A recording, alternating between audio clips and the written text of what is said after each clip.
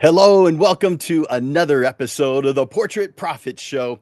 My name is Jim Landers, and I am thrilled that you are here with me today. It's my mission to uplift portrait photographers to make a great income doing what they love. Each week on the Portrait Profit Show, you get tips and systems on the business side of photography designed to help you gain a mastery over marketing and sales, reducing the struggle that most photographers face so you can finally get what you deserve. This show is for photographers who feel they've got something to learn on the business side. So if that's you, you're in the right place. Welcome to the Portrait Profit Show. The Portrait Profit Show is brought to you by Digital Pro Lab and Landers Photography School. For Digital Pro Lab, Amanda and her team, oh my gosh, they are freaking amazing.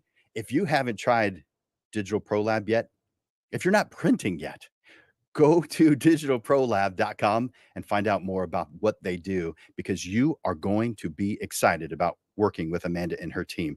They are pros. They aren't just someone who's doing it for a part-time job and getting minimum wage. No, they hire professionals who love this stuff, making you look like a hero.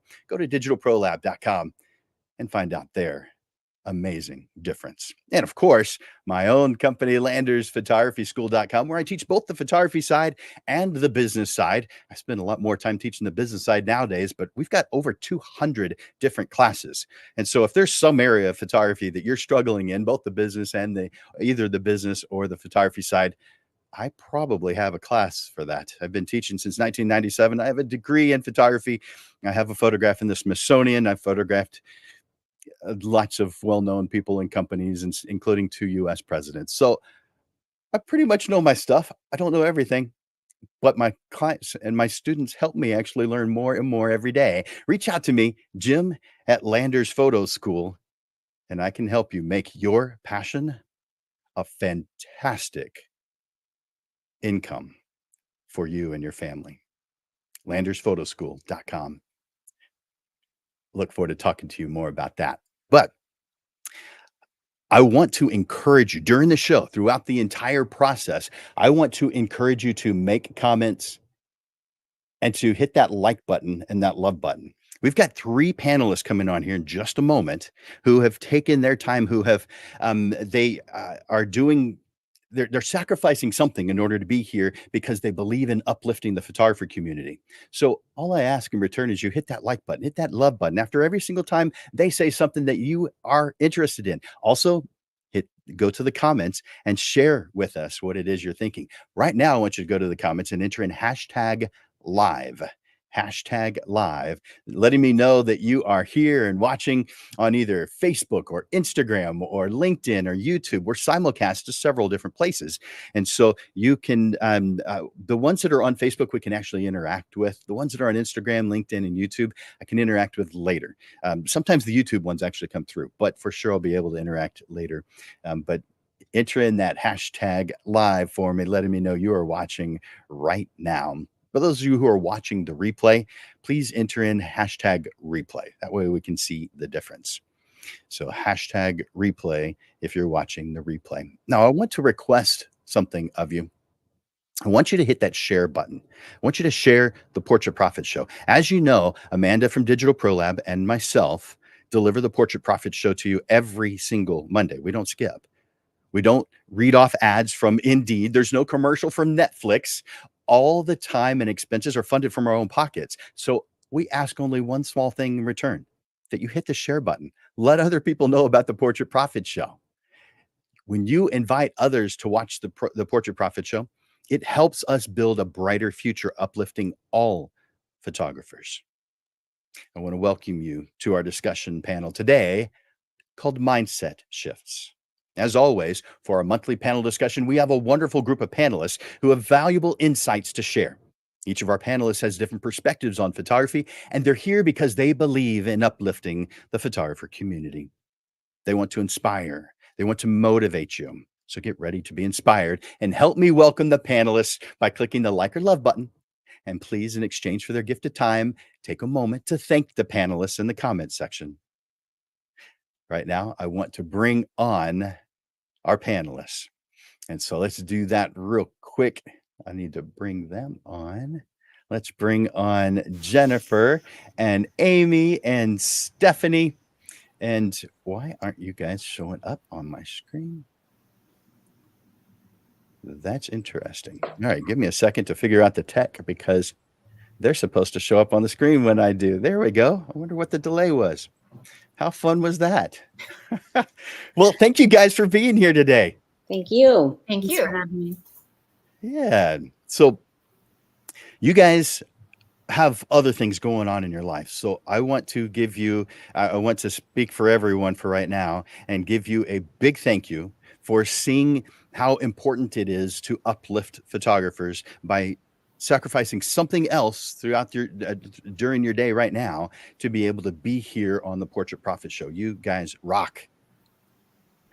Thanks, Jim. Of course. All right. So I'm going to bring each one of you on one at a time to first share a little bit about who you are, and then I've got questions for each one of you. So let's get that process started. I'm going to leave Jennifer up. I'll see Stephanie and Amy here in just a moment. Jennifer, Hi, Jim. how's it going today? It's going great. How are you? Oh, man. Doing well. I am so grateful, though, this time of year for air conditioning. How about you? Yes. Oh, gosh. I feel like it gets hotter every year. Especially the busier I get in the summer, it's hotter and hotter. Oh, man. Hey, could you share a little bit about who you are, what you do? You can share family, you can share business, whatever you want to share, but share a little bit about you with us this evening. Great. Yes. I have been a professional photographer for 14 years. I am a portrait photographer who specializes in families and seniors. I actually have a degree in photography. I got that about 6, 7 years ago.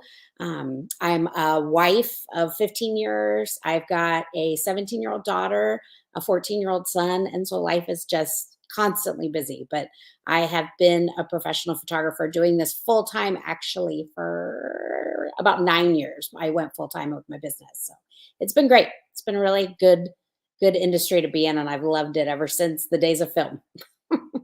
So, Man, love that. So 14 years, you have a degree. mhm, Most photographers don't. mhm, And so, one of those things that comes up often, a question that comes up often with someone who is thinking about getting into the business or maybe has started, but not too far into it, and they cross paths with someone with a degree is, mhm. all right, are there some advantages to that? Should I do that? Are there any requirements for that? What are your thoughts real quick on getting a degree in photography? I think it gave me an amazing foundation in photography. But there are so many resources now with schools like yours, online classes. It is not necessary, but I think the foundation it gave me was so valuable. I mean, I had so many avenues of learning the commercial side, the portrait side. I mean, we did all kinds of product photography. We did everything to kind of broaden my perspective on photography. And that's where I gained an amazing mentor at one of my professors out there. And we learned the digital editing side and all kinds of stuff, and I started back in the days of film, learning to develop and do photos in the darkroom. So, I mean, it gave me a good foundation, I would say, but it's definitely not necessary if you're just getting started because there's so many resources online. So, There you go. yeah. I agree with that. I don't know that well, first of all, it's not, as far as legal, it's not necessary. It's not Yeah. a Yeah. teaching certificate or getting a doctorate if you're going to be a doctor. So there's no requirement there. Yes. But there's some advantages. I think a lot of people think that a 4-year degree, and there's 2-year degrees also, Hmm. but a 4-year degree is a long time to Hmm. to get started. Hmm. The thing is, I don't know that someone needs to wait to get Yeah. started. Just Nope. sometimes Just get do, and I started. don't actually understand that. I didn't when I got my degree, I didn't get started during school. I should have. Hmm. It just Hmm. never crossed my mind, and it wasn't something the teachers pushed. In fact, the Hmm. business side at my school was never even mentioned. They didn't Yep. even talk about it. Wasn't part of the Yes. curriculum. And what I have found, and you tell me if yours is similar, is the business side is wildly important. It's important to get good photographs, Yep, yep. but the business side.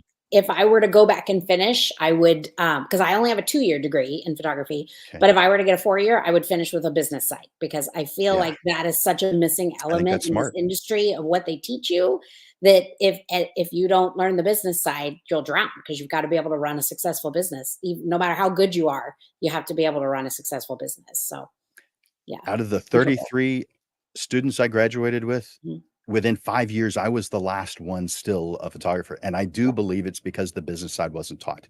Yep. Now, I don't know that. There was no scientific, study done, but Mhm. it seems like at least a viable, plausible reason Yes. why those people who had a passion enough to go to school for it Mhm. didn't continue doing it because they Yep. didn't see a path forward, and the path forward was the business side. Mhm. Yes. So thank you for spending a little bit more time with me on that one. I No think some problem. are curious about that, Yeah. and there's different opinions, and all the opinions are right Yep. for their purposes, but they may not be right for you. That's why we have to hear different points of view. We've got to research Yes. different areas, and it sounds like you've done a good job doing that. So thank you, Yep. Jennifer. Thanks, Jim. I'm going to bring on Amy next. So let's bring on Amy. And hey, Amy, how's it going this Hi. evening? Hi. Thanks for having me. Of course. I'm so glad you're here. Thank you for taking your time to do this today. Could you tell me a little bit about who you are and what you do, maybe what you believe in in regards to life and photography? I am Amy Whynott. I've been doing photography for about 12 years now. For the longest time, just a hobbyist, just enjoyed it, got into it because, my kids. Um, and then at some point along the way, I decided, hey, I kind of want to take it a little bit more seriously. And um, so the ball kind of got rolling. I have to say, my husband was probably the biggest pusher on it. We were a military family. We were constantly relocating, and I had a job where I had to renew my license in each state, and it started becoming really difficult. And so we just was like, you know what, photography self-taught. I did start my degree with photography, and then we ended up in a huge move across the country, and I didn't quite finish it, but I continued with just self-teaching. Like, I self-taught myself. So yeah, I mean, I have 3 kids, seven, no, sorry, 19, 17, and 11. So one is turning 12 in the next couple of days. We're excited about that, and school starting tomorrow. So yeah, no, photography has just allowed me to be, full-time mom to them while running a business, being able to relocate with my husband whenever we have to transfer to a new state. So yeah, no, photography is like it's it's just my happy place around here. Nice. Well, having to move a business, you're leaving your clients behind. You start Mhm. off not completely brand new because you know what you're doing, but you have no client list where you're going. And so it's effectively starting over again, just with some knowledge. And maybe you're better about it the second time or the third time or the fifth or 10th time around, as however often you move. You probably get better at it each time. But is that stressful to have to really start over each time? In the beginning, it was.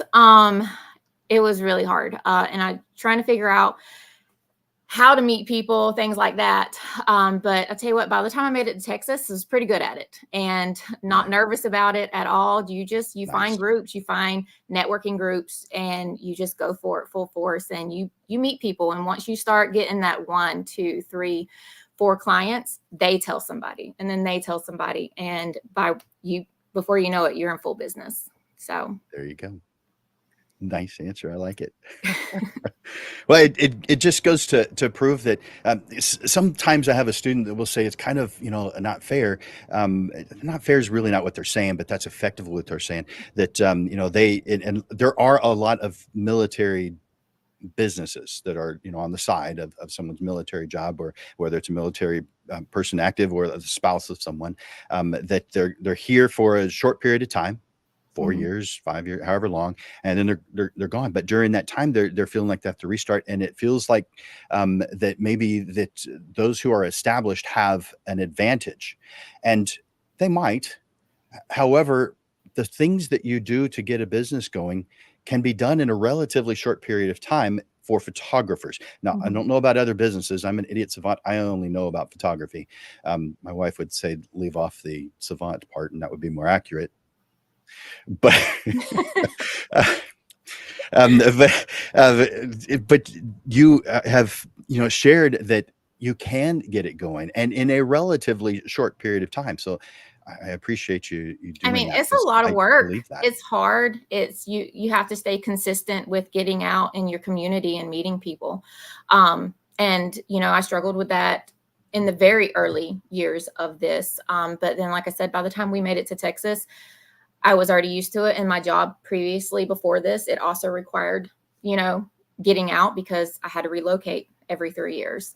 So, but it's definitely doable. And yes, a more established photographer can have the advantage, but depending on the determination of who the photographer is, it doesn't really make a difference. At least in my opinion, it hasn't for me. Thank you for sharing that. I love that. Yay. All right. Thank you, Amy. I'm going to bring on Stephanie now. All right. Let's see. Stephanie, you're Hey, the next Jen. contestant on The Picture is Right. Thank you for being here this evening. I really appreciate it. And you're coming to us not from home. You're away from home right now, aren't you? I am. It's kind of like a home away from home. I come here pretty Yeah. frequently, so it doesn't feel too out of the box. Good. Well, can you tell us a little bit about you and your passion for photography? Absolutely. So my name is Stephanie. I discovered photography when I was 15 years old in an introductory to film photography class. I was 15 years old. I was a sophomore in high school. So it was black and white film, developing the film, going into the dark room. And it's just one of those things that just made sense to me. And I'm 35 years old now. So it's been an off and on relationship for the past 20 years.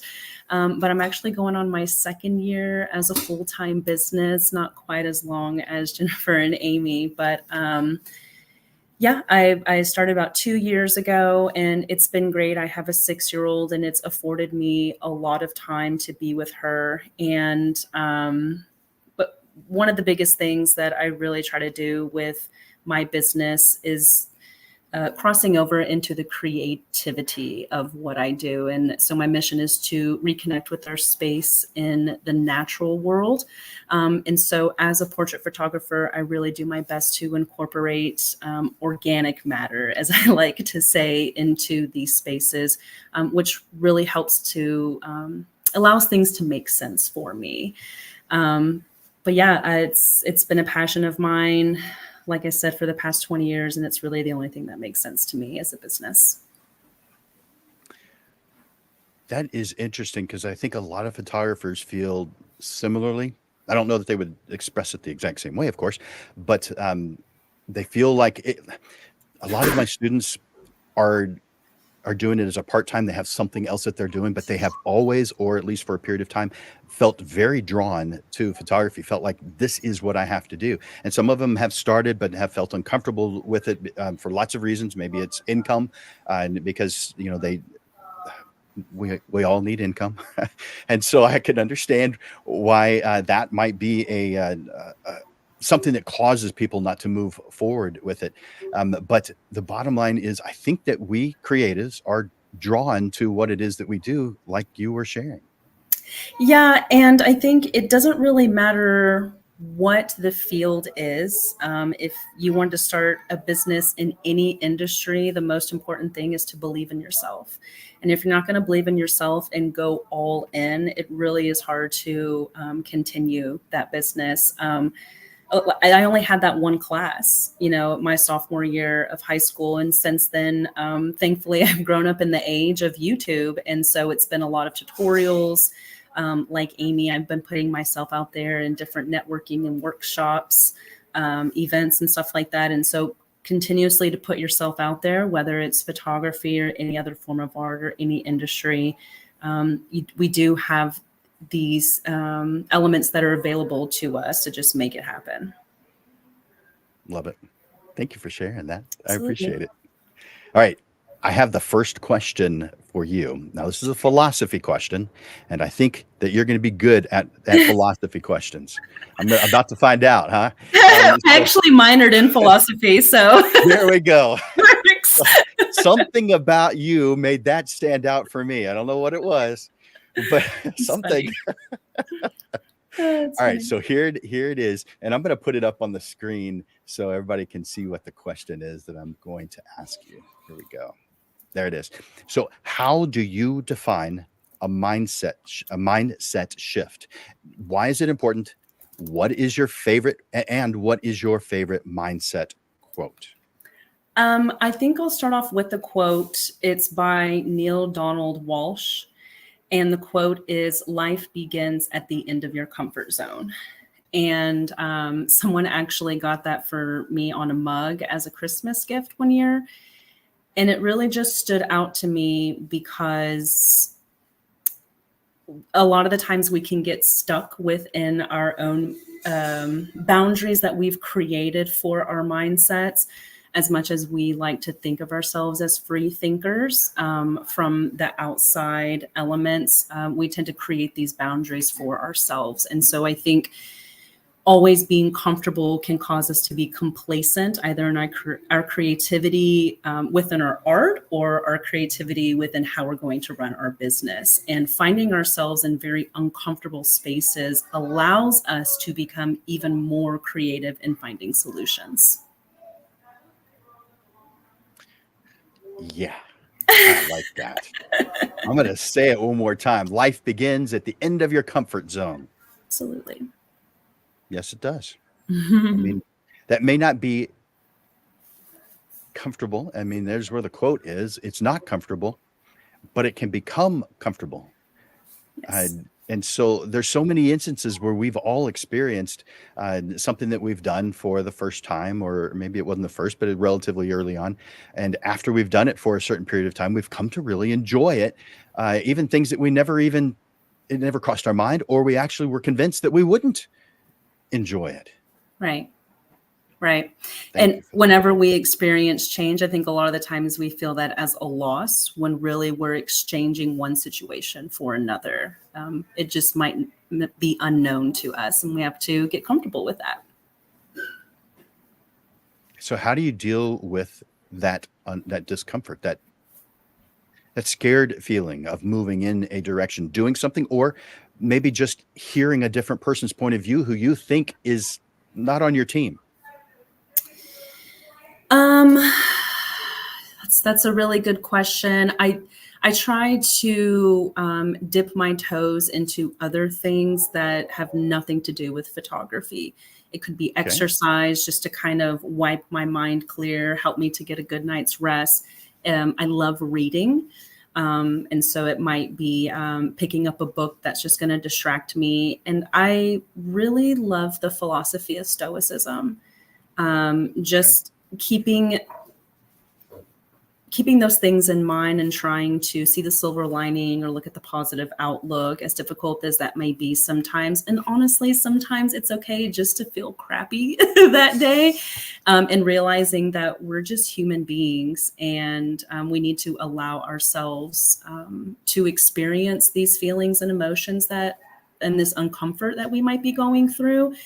But overall, not keeping it to ourselves, saying it out loud, and not really like in a social media post or a blog post, but reaching out to someone who might be close, or someone who could potentially be close, and just expressing these thoughts and these feelings, and understanding that we're not going through it alone. Everyone experiences these things. Yeah. Cool. Thank you, Stephanie. I Absolutely. appreciate that. All right, I'm going to bring on, let's see, I'm going to bring on Jennifer next. Ask her that same question. So, Jennifer, here's your philosophy question for the All day. right. How do you define a mindset shift? Why is it important? And can you share a favorite mindset quote with us? Sure. I think I would define a mindset shift as sometimes you get down into a funk with your business, or you get into a rut and you're just not really sure what to do.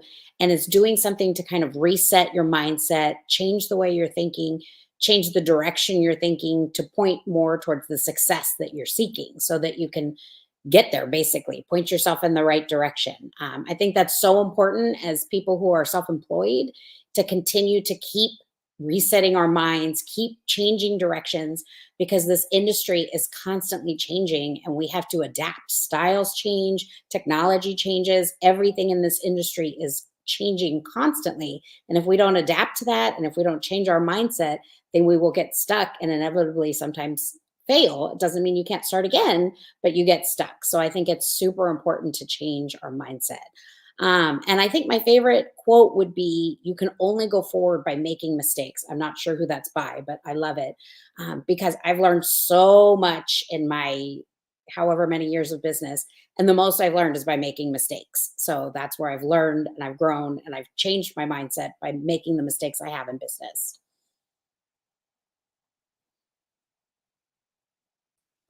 Sorry, I was writing that down. Only move forward by making mistakes. Did I Yes. write that down correctly? Yes. Yes. Man, when I'm trying to write something fast, it looks horrible. I don't know if I'll be able to read that later on, but I can read it right now. I know Good. exactly what it says, Good. and I resonate with it. So, so by the way, if you guys are resonating with these quotes or what the panelists are saying, will you do me a favor? Hit that like button, hit that love button, and go over to the comments and say something. Let me know. Let them know that what they're saying is making an impact on you. So, thank you so much for that, Jennifer. You rock. Awesome. I am going to bring on Amy and ask her the same question. All right, Amy, here's your philosophy question of the day. How do you define a mindset shift? What is important about it? And do you have a favorite mindset quote? Yes, I do. And I think Jennifer pretty much summed up, everything I was going to say about mind shift, because it's everything she described was everything I have been through in my own business, my own struggles.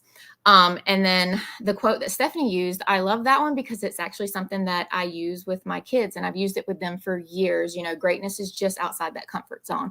And I had to learn to do that myself. Like I can't, tell them something and not practice it myself.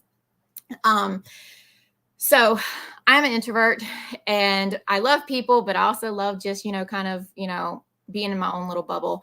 And so when I first started, when I was wanting to do photography, I was like, oh my gosh, what if I'm not good enough? What if, people talk about my work? What if? And I kind of let that hold me back for a long time. And I heard this quote. It was, there are people less qualified than you doing things that you want to do, because they believe in themselves and they take action. So that is kind of a quote that I hang on to, because at the end of it, it's just a powerful reminder to me that self-belief is taking action. Self-belief and taking action are a crucial achievement to anyone's goals. You just have to take action and stop worrying about what someone else is doing, or stop self-doubting and just go for it. What's the worst that can happen? You fail. And, and it's something else I teach my kids. You learn things through failure. Without failure, you're not going to learn. And I've learned a lot in this business, and I keep that quote very near and dear to me because it's helped me through a lot of things. That is good. Definitely. Yeah. Thank you for sharing that. That makes a lot of sense. Man, you guys, this is for the viewers, not necessarily you, Amy. Are you guys enjoying this so far? I mean, they've got some good stuff that they're sharing already. If you agree with me, let me know. Maybe share a quote that you guys have over in the comments. I'm sure there's something that you've heard that you live by or that you can really resonate with. Let us know over in the comments section. And of course, hit that like button, hit that love button. Each time you hear something that you like and love, let us know. All right. The next question is for you, Amy. Can you share an example of what might prompt you to consider a shift in your mindset? So I'm going to go back to where we were just at. Self-doubting would probably be the main thing that will cause me to do a mind shift real quick. If I feel like the challenge is too big, or maybe business has been a little slow, I'm real quick to get on, do a mind shift and fix whatever problem I'm having, or just kind of pump myself up like, hey girl, you got this. Let's go for it. Again, what's the worst that's going to happen?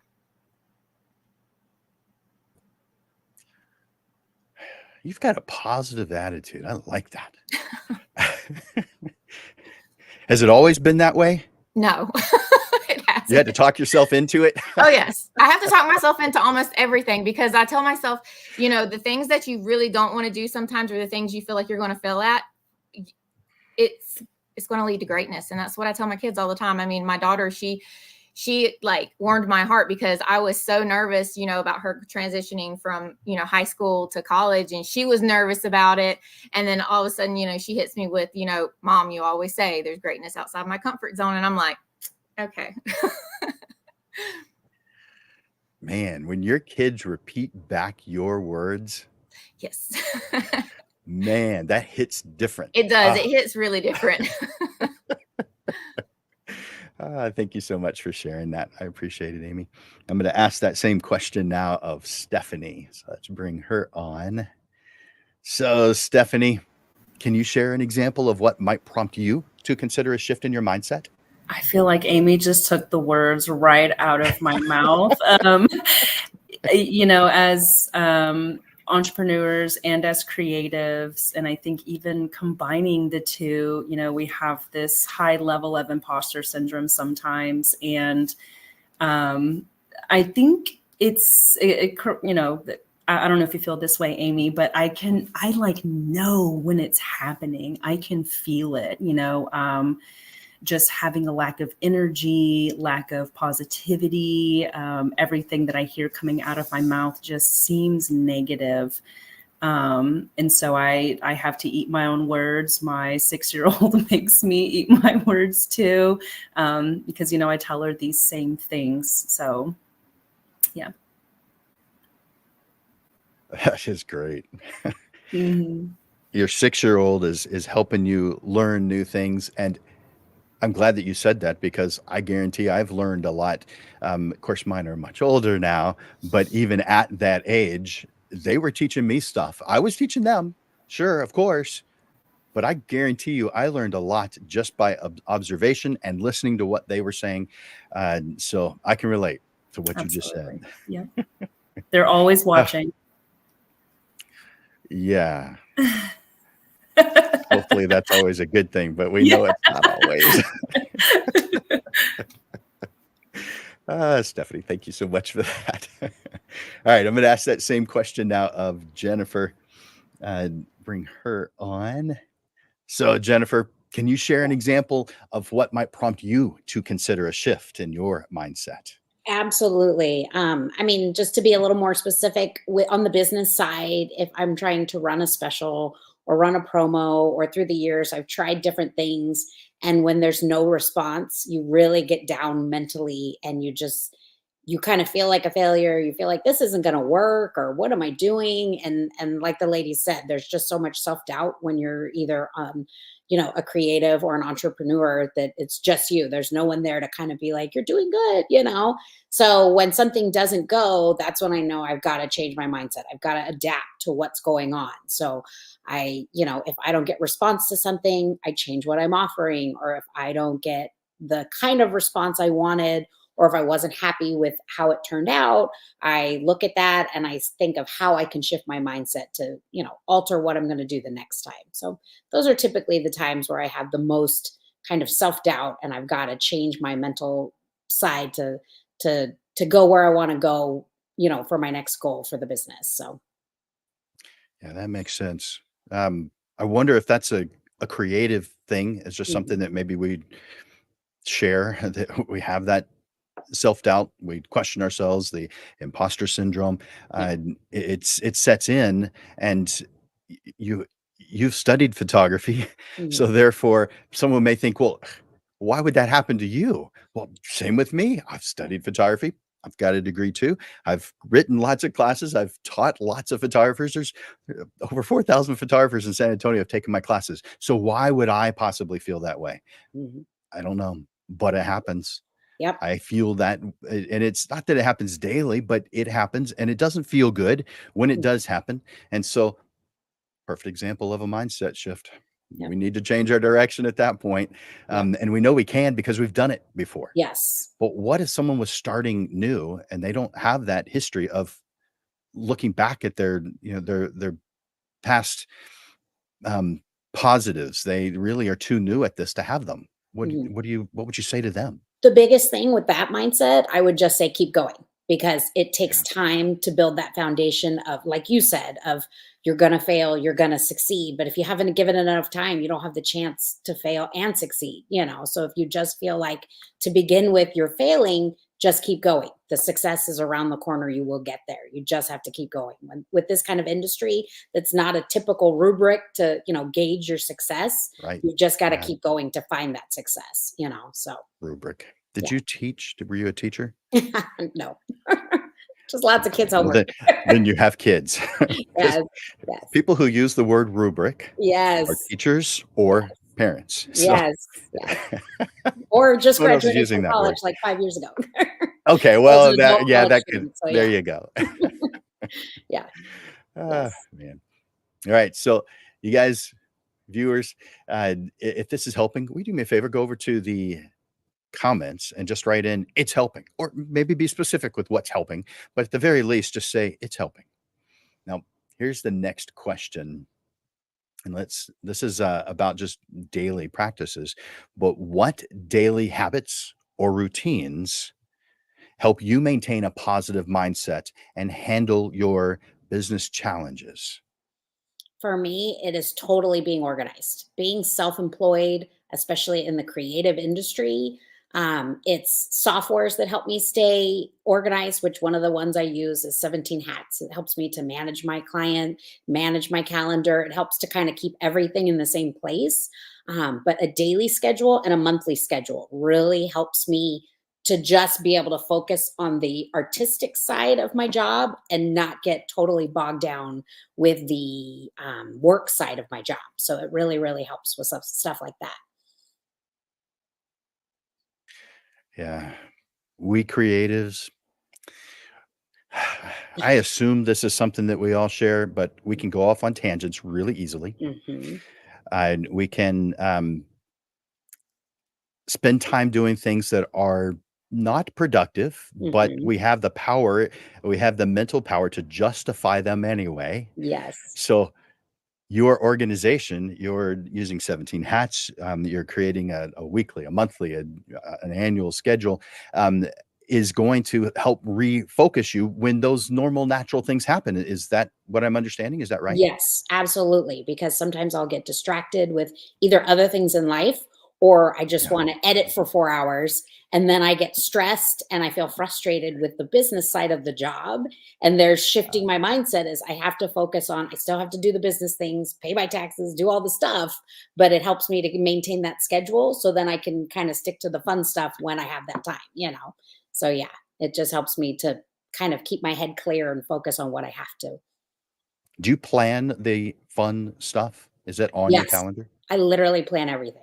Literally, I have Nice. a daily calendar. I have 2 calendars at my desk. One's my month, one's my daily that I can check off each day, and I literally have things like go out with my parents or so just when you work at home all day alone, you have to put everything in that day, so you've got it checked off. So yes. Yeah. Nice. That makes a lot of sense. I'm actually glad you brought it up because one of the shows last month Mhm. was on planning. It Yeah. was specifically on planning 2025 Mhm. and what things to consider, what steps. And the first step that I recommend is plan the days you don't want to work, Mhm. whether that's fun or whether that's doctor's appointments, whatever it is. Mhm. Anything that you know that far in advance, of course. Like if you're going Yep. to go on vacation for 2 weeks, that you kind of have to know that pretty Yep. far in Ready. advance. A month in advance isn't enough. Mhm. So an annual calendar is usually more where that kind of information is Yep.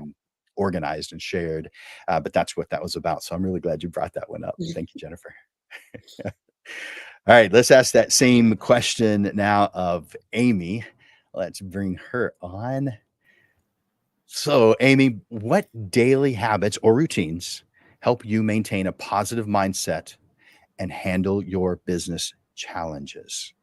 So I have to agree with Jennifer. Organization is key. Without that, everything is just messy and you don't know what to do. I'm the same way. I have a list for everything, a to-do list. I have my daily stuff on my calendar, my monthly stuff on my calendar.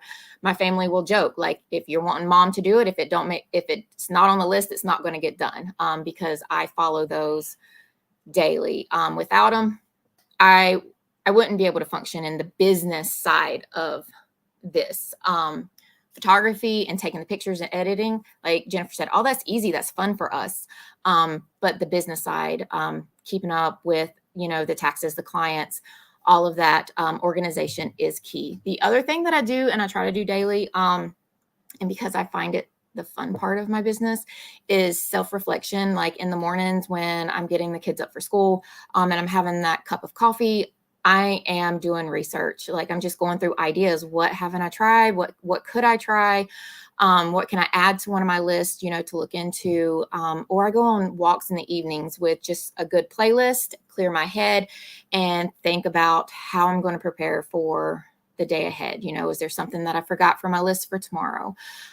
So those are a couple of things that I do to kind of keep myself in check daily with my business. And organization, though, hands down, is the only way I survive it. Seems like we got a common theme here.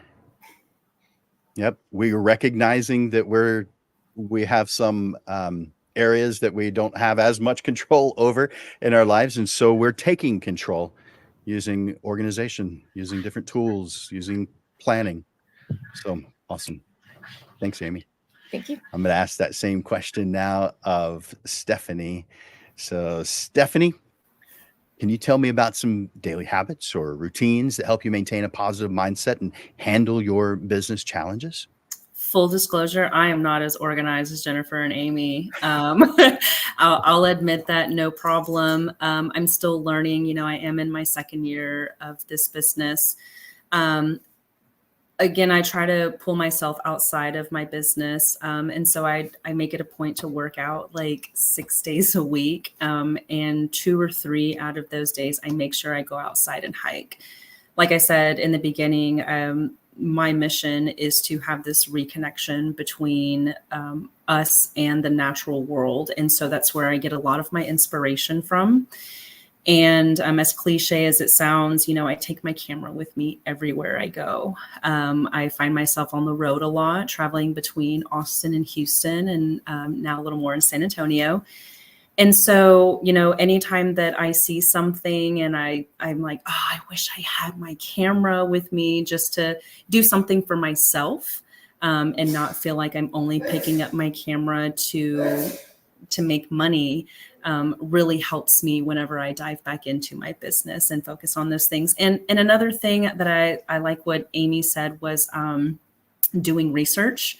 I do listen to podcasts that talk about the market as a whole, but even within our industry.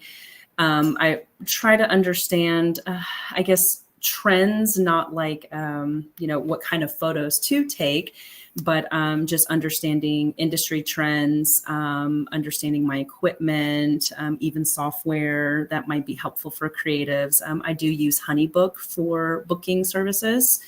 But yeah, I would say market research, and then just making sure that I'm physically fit and doing photography for myself.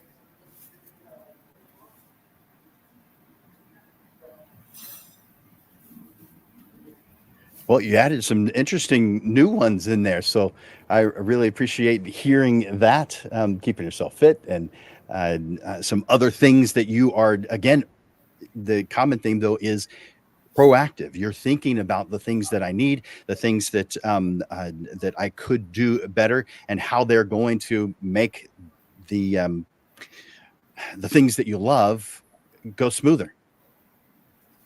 Absolutely. So, yeah, awesome. The next question is for you. So let me bring up that question so everybody can see what it is. This one is on observation. Have you ever observed, have you seen a fellow photographer struggle due to what to you as a mindset issue? And if that's the case, can you share maybe what they could have done differently?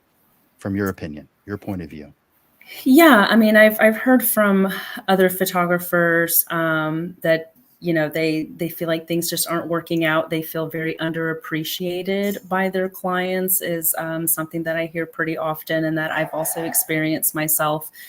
But I believe that if one feels like their clients aren't valuing them at the way that they should be valued, then that photographer is setting the bar low for themselves. When you set the bar higher for yourself and you put yourself in that mindset, not that I could be better, but I am better, then you are resetting the type of clients that you are targeting.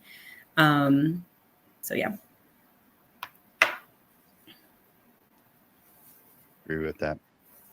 Thank you very much for that answer. So, Do you find it easier to notice the problems in yourself or notice problems in others? I think more in myself before others, because I do have a habit of sharing what's on my mind very quickly. I myself am an extrovert, and so I tend to continue to put myself out there. Some might say that I'm burning myself out, but I honestly don't know any different. And so as I express these things, this is the feedback that I get, which then allows me to see that in other photographers as they start to open up to me. Okay, good. Very good. Thank you, Stephanie. Mhm. All right, let's ask that same question now of Jennifer. So bring in Jennifer on. So Jennifer, can you share maybe a story that you've observed? Have you seen a fellow photographer struggle due to a mindset issue? Now, maybe you saw them from afar, maybe you actually talked to them, but what do you feel they could have done differently? I did. I have mentored a few photographers, and one recently that I worked with, she struggled with a confidence issue. She thought, "Why am I not booking more?" I don't know if it's totally confidence, but the lack of bookings was causing her to have a confidence issue. And the biggest thing was, I don't know what she could have done. I mean, I told her what to do differently. It was just, some actual techniques with social media and things like that to do differently. But the thing I think she actually did correctly was she went and sought out another photographer and kind of just got a second opinion. And I think that was a great thing to do. And I've done the same thing. I've gone and sought out other photographers who are friends. And, when I'm stuck in a rut mentally and other aspects of the business, I go ask them, "Hey, what are you guys doing? What are you doing? What could I be doing differently?" And that just really helps me to kind of validate what I'm feeling, but also helps me to again shift the direction I'm going with my business and be like, "Oh, that's a great idea. I didn't think about that." So just seeking out somebody else has been really beneficial. And this other photographer did the same thing. She sought me out, and it was great to just connect and make her feel like, one, I told her, I was like, "You're great. Your work is not the problem. You just got to do XYZ, and then you'll be getting more bookings." But just finding somebody else to kind of, you know, um, share ideas and like I said, validate and make you feel like you're not the only one out there. Because sometimes in this industry, we can feel like we're the only one having that issue. So it's nice to talk to somebody else and realize we're not the only one. So Well, I'm glad to hear that you're doing that, because we all need the help. And every once in a while, I hear someone say, when I got started, there was no one around to help, and I feel like that's more of a self issue than a mhm, them issue, yeah. because photographers, generally speaking, are very helpful. They enjoy helping others. There may be some areas where they feel a little self-doubt, and so they're scared to let you know that they haven't that they don't know that part very well. And so Mhm, maybe there are some who will avoid it because of that. But for the most part, I think most photographers are very caring and sharing. yeah. And if you haven't found someone who's willing to help you, it just means you haven't asked enough people, because Mhm, I believe that there are plenty of people, an abundance of people who are willing to help. And yes. so I often wondered what causes a person to say that. And I usually think it's because they just haven't done enough in that area. Now, Mhm, from their point of view, they may not feel that way. They may yeah. have a difference of opinion, because maybe the people they've asked have kind of not been real nice about it, or at least from that person's point of view, haven't been Mhm, nice. But still, if someone's feeling self doubt about themselves and someone asks you for help in that category, Mhm. your response might come across as, I don't want to help you. I'm keeping this secret to myself, Yeah. because you haven't given them anything. Yeah. And so our response does play a role in it, but them coming to the conclusion that photographers aren't willing to help, Mhm. it's a false conclusion. That is Yeah. just not true. Yeah. Yes. Agreed. Cool. Awesome. All right. So I'm going to ask that same question now of Amy. So I'm going to bring her on. Let's see. Here we go. Amy. So have you observed a fellow photographer who has struggled due to what you perceive as a mindset issue, and what could they have done differently? I think the biggest one I run into is probably the self-doubt one, the imposter syndrome. I've met several photographers that just their work is great. They're great as a person, and it's self-doubt that's killing them. So I feel like maybe if they had a mind shift, I know I've spoken to one. I mean, she's the reason why she inspired me to be a photographer many years ago, and I feel like self-doubt may have, killed her dream because she didn't follow through. And looking back now, before I was a photographer, I wish I would have told her, like, hey, your work is what inspired me to take this path. So yeah, I think that if you're in that self-doubt or that imposter syndrome that all photographers have, just keep pushing through it. Just know that every photographer you see online they've went through that same mental state at some point, or that same thought. It happens to all of us, or at least I believe that it does. Every photographer I've ever spoken to, no matter where they're at, just starting out, they've been doing it for 20 years. Everyone has, expressed that, at some point or another, they had self-doubt in their business or their capabilities, or, just the imposter syndrome. Just take that and throw it out. Keep moving forward. That's good advice. I mean, it's easier said than done, but it's what has to happen. And for a lot of us, not everybody's the same, of course, but there are enough of us, maybe a majority of us, maybe a vast majority of us, that do feel exactly the way you're talking about. Mhm. And there really isn't a good way to handle it directly. It's all indirect. And so, throwing it out, saying it doesn't matter anymore. Okay.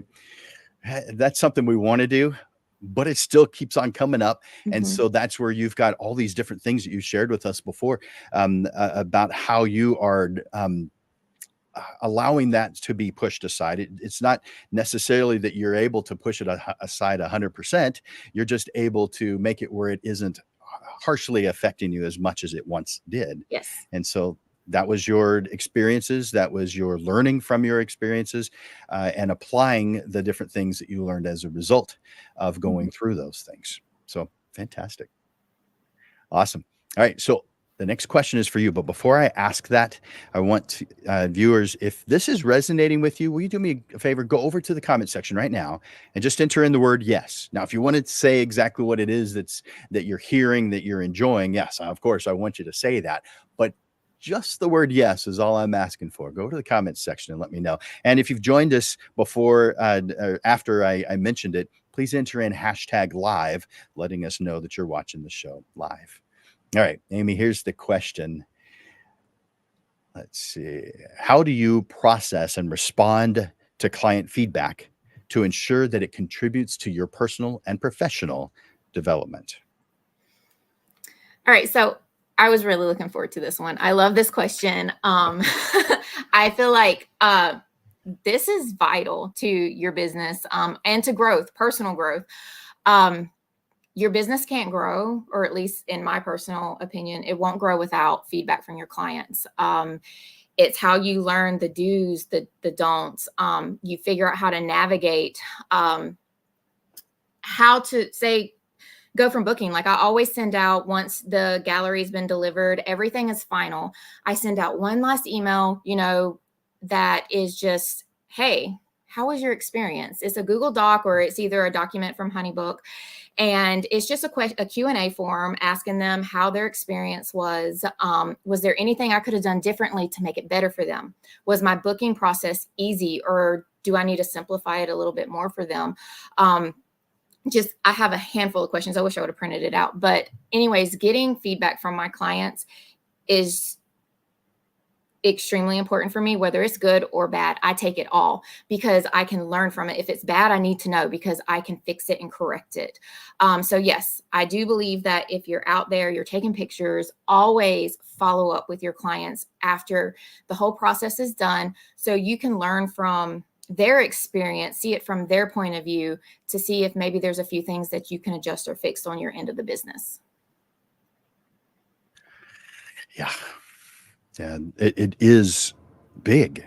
Now, did you learn that that was really important, or did you already know that going in?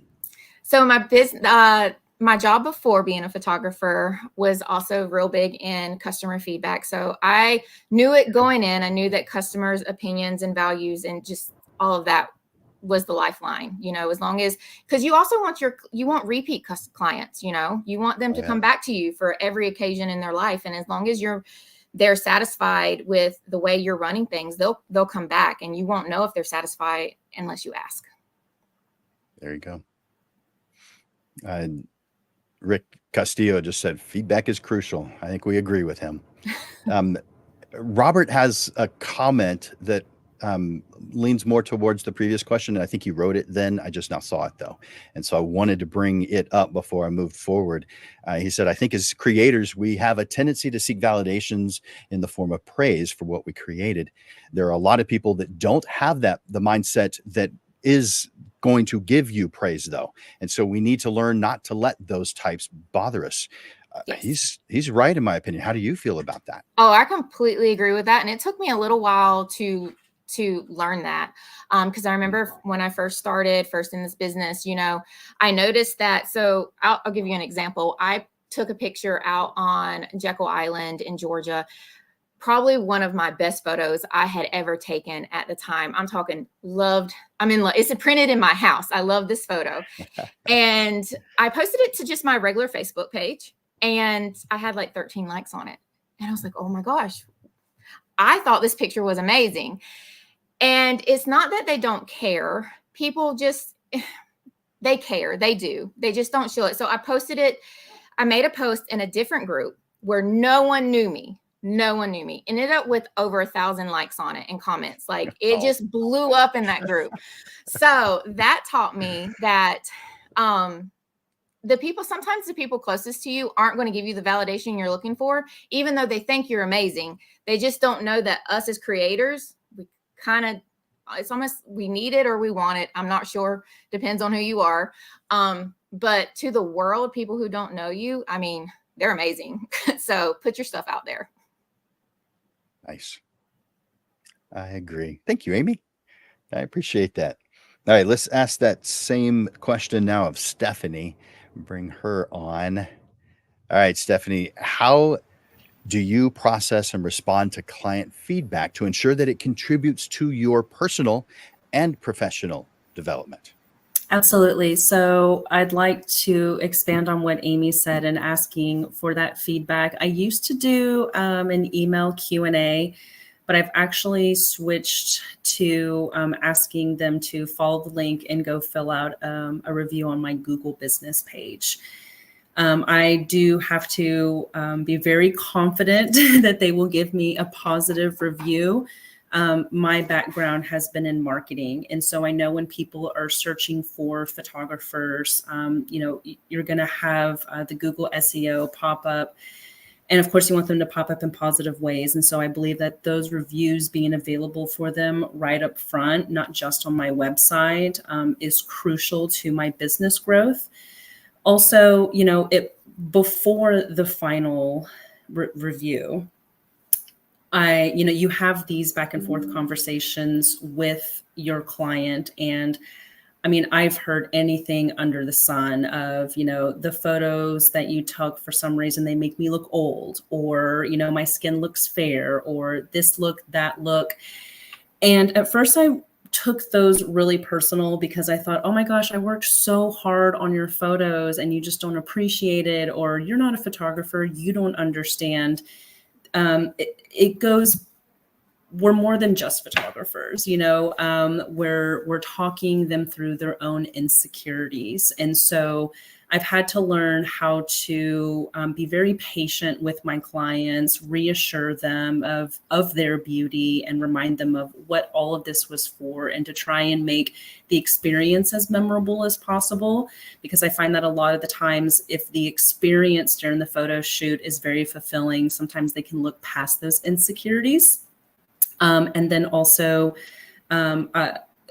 depending on what the client may say, it'll help me curtail my contracts. And one of the biggest things that I say is, photography is subjective. It's, the client's responsibility to look through my portfolio, look at my style. I have a certain style of editing. And so they need to be very aware of those things before booking me.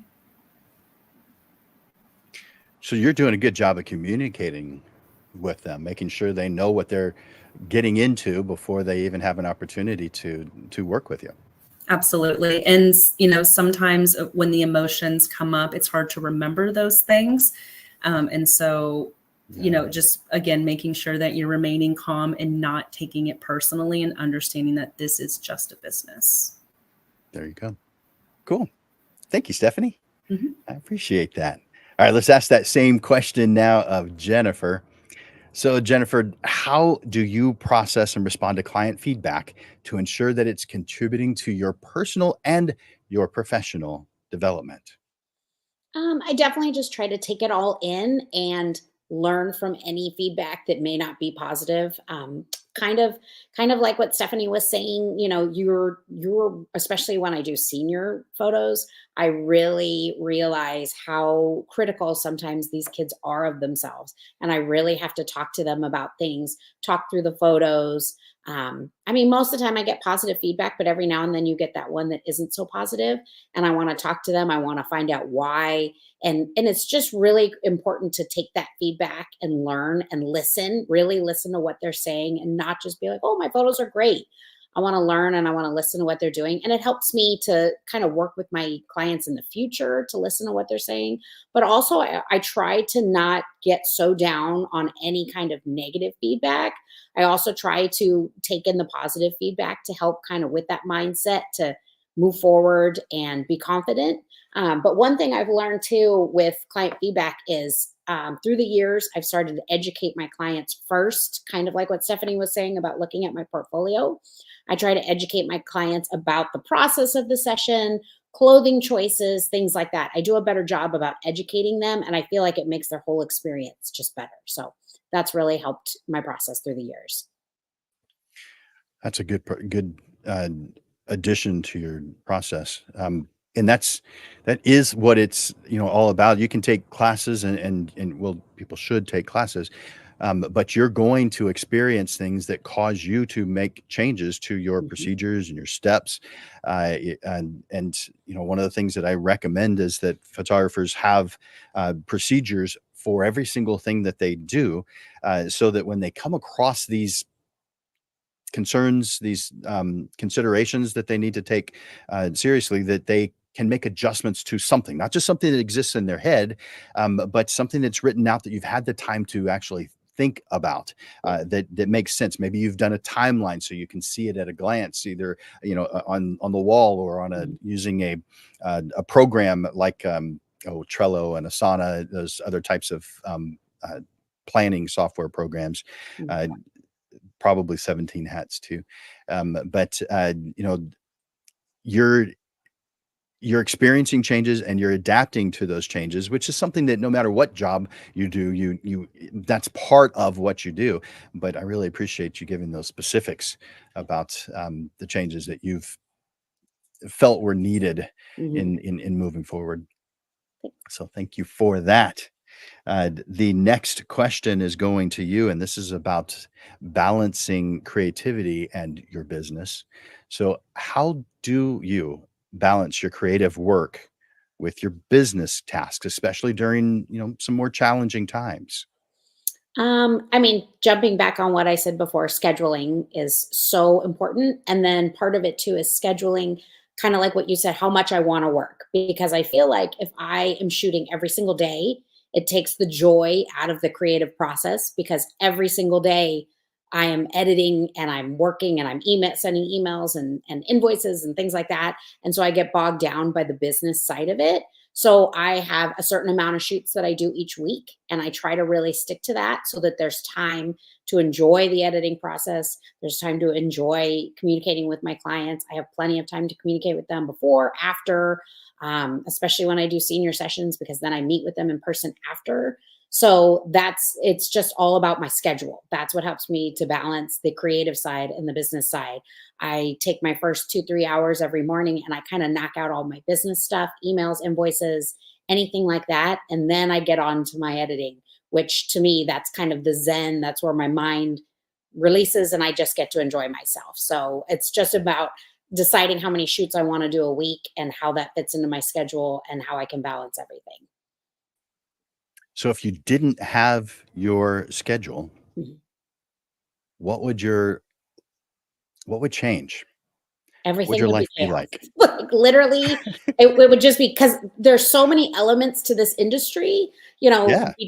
I mean, just to edit, I use 3 softwares, so between the editing and then emails every day and invoices and going over your calendar and confirming Mhm. sessions for the end of the week and communicating with everybody who communicate. And then I'm really big on scheduling out. Like right now, I'm scheduling for the spring. So I'm communicating with people who are booking things in March. So every single day, I'm communicating with so many different people, sending so many different invoices. So if I didn't block my time for business, emails, certain things like that, then everything would just be utter chaos. And then block my time to stop all that, get back to it later, and here's my editing time. So everything's about the schedule and time blocking. So yeah. Love it. Otherwise, yes, chaos, utter chaos. So And it's the truth. I think a lot of photographers who are struggling, part of their struggle is a need for, uh, I mean, make sure my words are nice here, a need for increased organization. mhm. They may have some level of organization. They may have some level of planning, Mhm. but if they're experiencing a sense of feeling lost, Mhm. of Overwhelm. not knowing what to do next, of not sure what the next step is supposed to be or whatever direction they're supposed to be heading, I think that it probably narrows down to how's your planning? Yep. Yep. Absolutely. Can you tell me what you're doing next month, Yep. 3 months from now, next Yep. year at this time? Yes. And if that question can't be answered, now it may be changed in the meantime because, yeah, we Yes. tweak what we do, Yeah. but if you can't answer questions like that, it seems like it's a simple fix, just make Mhm. some plans for the future. And Yes. yes, they're going to change. That's no excuse not to make plans. Yes. Yes. Yeah, I move things around on my schedule all the time and certain things pop up, but my schedule and then it's being disciplined to stick to that schedule and stick to that time Yes. blocking. When there's no one here in the house to make you do that, you might want to go out and grab coffee, but no, this is my time to sit and do my emails and everything because your clients are waiting on that. So it's just about their experience. So, yeah. Nice. Thank you, Jennifer. No I appreciate that. All right, I'm gonna ask that same question now of Amy, so I'm bringing her on. Amy, can you tell me how you are balancing your creative work, your creative side, with your business side, especially during the more challenging times?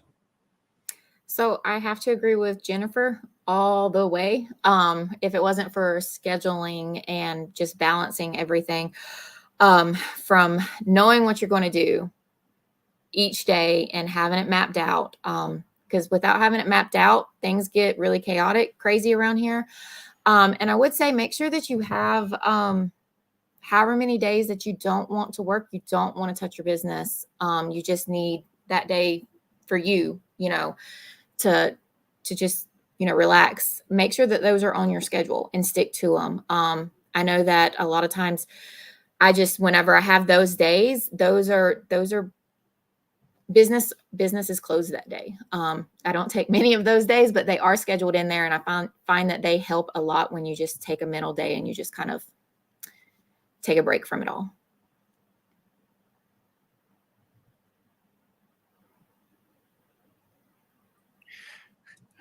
Yes. Easier said than done, but once you get used to that, it feels like the norm and it just flows naturally. Like this is how it happens. This is how it's supposed to work. And so therefore the old feeling that you used to, the old way feels wrong Hmm. once you've gotten used to it. Yep. There you go. Thanks, Amy. I appreciate that. All right, let's ask Stephanie that same question. So, Stephanie, how are you balancing that creative side of you with the business side that we have to do, especially during more challenging times? So I'm not as well organized as Amy and Jennifer. However, I have, listening to them, I realized, well, I have planned in different ways. And so I've created presets for myself within my editing software. So that way I'm not spending as much time in the editing room. And then also, as I am communicating with clients or those within my pipeline to become my clients, I make sure that I have templates of different contracts, invoices, proposals set up. So that way I'm not building a new one each time. I already have these templates set up. And so I'm just customizing these small little details and getting those out as soon as possible, as opposed to spending more time on the back end of things.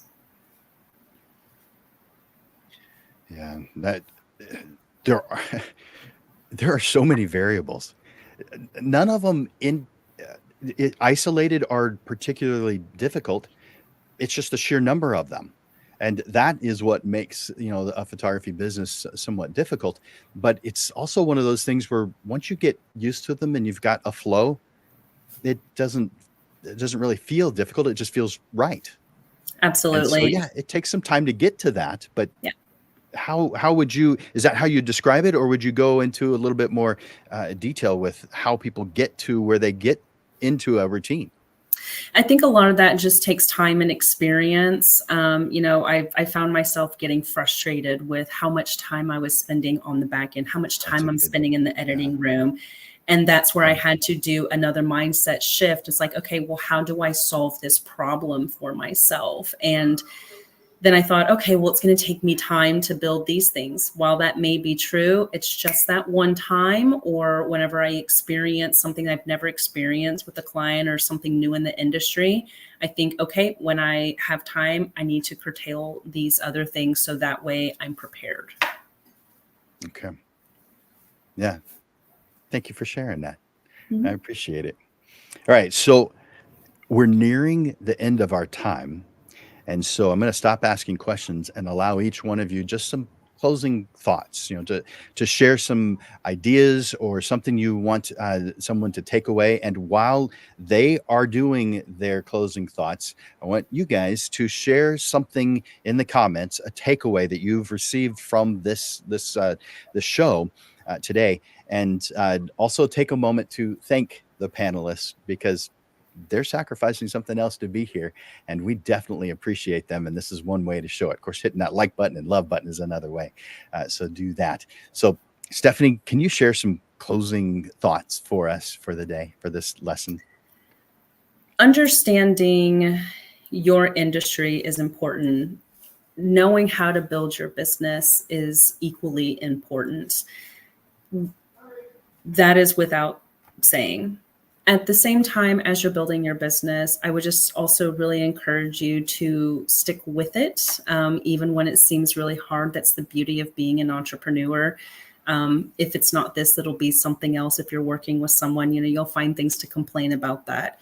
But find your style, stick with that style, and become great at it. Because even whenever you are facing these moments of self-doubt, negative feedback, the list goes on of all of these negative obstacles that you may face, when you know that what you're doing is true to your style, that brings a whole nother fulfillment that can get you through those ruts. So that way you can really enjoy those peaks. And you've got a way of speaking that puts pictures in people's heads. I like that. I'm glad. Thank you. So yeah, that's wonderful. That's perfect. I appreciate that. And I appreciate you being willing to, open up about your thoughts, your the things that you are considering, the challenges that you face, sharing the things you do and you don't do, the routines, the things you've learned over time. Thanks for being open and sharing yourself and giving your time to other photographers. That I appreciate it, and I hope I'm speaking for everyone that is very much appreciated. So thank you, Stephanie. And thank you so much for having me. I was really happy to do this. Yay, I'm glad. I'm going to bring, so that's the last of the comments that you have for today, but I'm going to bring you on with everybody in just a moment to say thank you. But let me move to, let's see, I'm going to ask Jennifer to come on next to share her closing thoughts. So let's bring on Jennifer. Jennifer, can you share your closing thoughts for today's show? What it is you'd like for the viewers to have as a takeaway from their time Absolutely. spent here? Biggest thing is when you encounter negatives in this industry, don't let that control your mindset. Shift your mindset. Use those negatives as a stepping stone to move forward, learn, adapt, and change. Definitely listen to the positives you get from your clients, because sometimes we can be so bogged down by the negatives that we get mentally a little down on ourselves. So try to listen to that positive feedback and help that to grow your confidence. And then finally, just keep learning, because this industry, as someone who's truly been in it, I started 25 years ago in college. It's changing every day. So if you keep learning, keep adapting, keep changing your mindset, you'll keep growing, and don't give up. And that would be it. Yes, love it. Man, you guys are so good. I've got one more to give their closing thoughts, but man, I'm just excited about how the panelists today are fantastic. Of course, they're always fantastic. Photographers are just good, solid, caring, wonderful people, and you're certainly a great example of what I think is the norm for a photographer, someone who takes it seriously, but it's not serious as in they're focused and straight face and have blinders on. Not that kind of serious. You're open. You're thinking. You're allowing things to affect you, both positive and negative, because you want to be able to change them to make them positive if they are negative. You're not just shoving things aside that you don't care for. You're putting them in your path, and you're fixing them, making them better, which I think that's what photographers do. I think that's our baseline. And so thank you for sharing your thoughts, your experiences, everything, taking your time, sacrificing something else. Thank you so much, Jennifer, for being willing to do that for us this evening. Awesome. Thanks, guys. All right, let's bring on Amy and let her share her closing thoughts. So, Amy, what advice would you offer to fellow portrait photographers for maintaining a positive and growth-oriented mindset? Just keep pushing forward. You're going to come across the negative comments. You're going to you're going to have the self-doubt creep in. And something that works for me is find your support system, whether that's your family at home or you have some friends. A support system is going to carry you a long ways, because sometimes it does get hard and you do get some negative feedback and you have to push through it. But with a support system, it makes it so much easier because you have someone to talk with them, talk through it. Know that is just, something that you can work on, work through. And if you don't have the friends or you don't have the family for your support system, while you're on this, photography journey, there are so many good groups that you can find in your local community that either they're photographers themselves, or it could be just a completely different group, and plug in, get connected with your community. That has always taken me pretty far and has helped me when I've needed help with things, especially within the photography community, because it can be rough at times. But, and then I would, as the same thing as Jennifer said, things are always changing. And so take little classes where you can continue your education in photography, because things are always changing and they're changing fast. So yeah, keep up with your education and just get plugged in with a community somewhere. That's some good advice. I mean, um, getting involved with others, peers, and allowing yourself to be vulnerable, sharing with others, being willing to help them out. And you also mentioned maybe get involved with a community that doesn't necessarily photography, because there is a lot of Mhm. value in that. There's leads groups, there's other organizations, there's if you're an event photographer, there are groups that are specifically Yep. for events. They're not for photographers. Photographers join them, but that's not what it's for. And so you're right. There are a lot of different tools. Just going to put it all in the tools category. There are a lot of different tools that we can employ that are going to put us in a better mindset. So thank Mhm. you for bringing those up, and thank you for your gift of time today. Thank you for being willing to share your thoughts. Thank you for all the hard work that you do in every location that you find yourself in, and in that spirit of I'm going to keep on keeping on. I'm going to keep on moving. I'm going to keep on making this happen. This brings me and my clients joy, and you embody that. Thank you so much, Amy. Well, thank you for having me. Yeah, of course. Let me bring on each one of you. So we've got Stephanie and Jennifer. Thank you guys so much. You freaking rock. You are wonderful. We love you. I want to say thank you. And viewers, do me a favor. And if you haven't already, make sure you say thank you over in the comments section. Let Jennifer, Amy, and Stephanie know that you appreciate that they're uplifting the photographer community. And of course, we want to continue to encourage them to do that. You guys are awesome. I appreciate you. Awesome. Thank you. Aren't they awesome? Well, I'm going to take them off the screen for right now. And we always have the most wonderful panelists. Don't you guys think?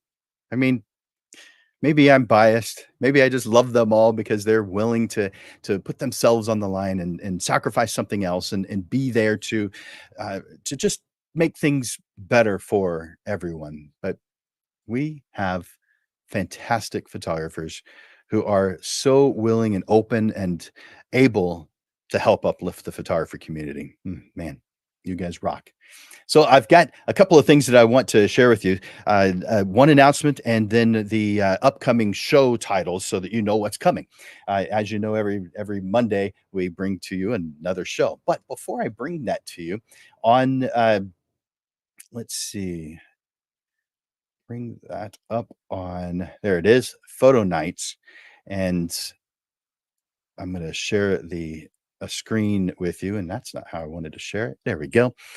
So there is a program that Digital Pro Lab does, and it's called Photo Nights. And this particular one is going to be on Friday, August 23rd at 7 p.m. at their location on San Pedro, or just off of San Pedro. And one of the owners, Ray, who I've known since the 80s, is going to be sharing something of himself. Uh, and this is going to be pretty interesting because he has a strong interest in print toning and in, well, whiskey. So he's going to bring those two things together as he teaches his signature print toning technique. In this interactive print toning workshop, you're going to learn the technical side of toning fine art prints using different types of whiskeys, as well as the chance, of course, to taste 4 unique spirits from his own personal collection, which I have heard is pretty impressive. So you do have to be 21 or older, but all of the things that you're going to need are provided. You don't need to bring anything. Well, maybe an ID to prove that you're over 21, but just show up and have fun. And what the takeaway from this is you're going to get 3 toned fine art prints. You're going to get a special edition Digital Pro Lab shot glass, and you're going to get some fun facts and knowledge about whiskey. So put that on your calendar. That is on Friday, August 23rd. Go to digitalprolab.com/events to find out more. Yes, there is a cost associated with it. Whiskey is not free, but considering what you're getting, I don't think they're making a profit on this one. Good for them. Just go to digitalprolab.com/events to find out more. Uh, let's bring up the what's coming up next. So, as you guys know, we do the Portrait Profit Show every single Monday at noon. This is the only one we do at 6:30 because it's a panel and it's difficult to get people to speak during the middle of the day. But all of our other shows are at noon on Mondays. And of course, they're recorded, so you can watch them later. And a lot of people do, maybe most. But you can watch them later. But what's coming up 1 week from today at noon is online resources to help you stay informed. And I'll put that here on the screen too. So Monday, August 19th at noon, online resources to help you stay informed. Let me tell you a little bit about that one while I'm bringing something else up here, because I've got other things that I'm excited to share with you. There we go. So, one more. There it is. All right. So, online resources to help you stay informed. This is interesting. This is my list that I use to stay on top of things. And there are so much changes, so many things going on with technology. I'm going to reveal to you the online resources that I use to stay informed in this ever changing environment. So, you're going to discover essential websites that I use, YouTube channels that I use, podcasts, online communities that are going to help you stay ahead of the curve. So elevate your photography business with insider knowledge and expert recommendations by putting August 19th at noon on your calendar. The one right after that on August 26th at noon, that one is called Pioneering Pixels. Now, this one's a more fun one. It's a history of digital photography. So this is a vivid story of digital photography where visionaries crafted a new way of capturing the world. Pioneering Pixels brings to life the colorful evolution of technology, tracing the path from humble beginnings to a revolution in imaging. Through every twist and turn, this tale captures the spirit of innovation that forever changed how we view the world. Pioneering Pixels on August 26th at noon. And then the first one in September, we just got into August. What am I talking about September for? It's just right around the corner. The first one we're going to be doing is called Making It Happen. And let's put that graphic up on the screen. There we go. Are you feeling stuck despite a strong desire to build your photography business? All right. This lesson is crafted for those who face doubts and delays that hinder their progress. So join me to break through your barriers, overcome procrastination, and take decisive action with a clear, actionable path forward. Kind of like what our panelists were talking about today. All right. So that one is called Making It Happen, Overcoming Doubt and Delay. This has been show number 180 of the Portrait Profit Show. Did you guys know that? Number 180. Wow.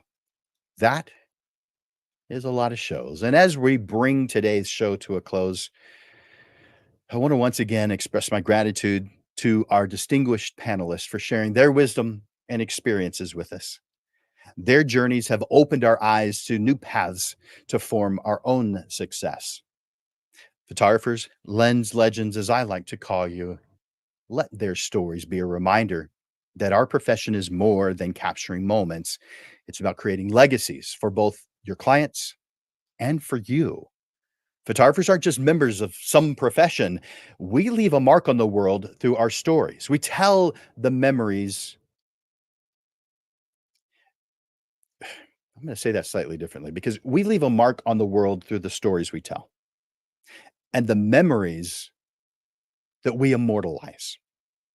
We are guardians of moments, crafters of heirlooms, and architects of history. As we move forward, armed with the insights and inspirations from our wonderful panelists, let's challenge ourselves to push the boundaries of creativity and professionalism. Let's commit not only to enhancing our skills, but also to nurturing the bonds that make our photography community a source of strength, innovation, and collective achievement. I want to thank you once again to our panelists and for their generous contributions. And thank you, Lens Legends, for your time and your attention here today. And thank you for the efforts that you make to be such an amazing portrait photographer. I encourage you to like and to share the Portrait Profit Show. And of course, tune into our next live stream 1 week from today at noon, because together, Lens Legends, we help each other achieve our goals and make a difference in the world through our passion for portrait photography. For Landers Photography School and Digital Pro Lab, my name is Jim Landers, and I'm bringing you the weekly Portrait Profit Show. Until next time, Lens Legends, keep thriving, keep growing, and keep making your mark in the world of portrait photography. I look forward to watching you go. You guys rock. I appreciate you and look forward to seeing you soon.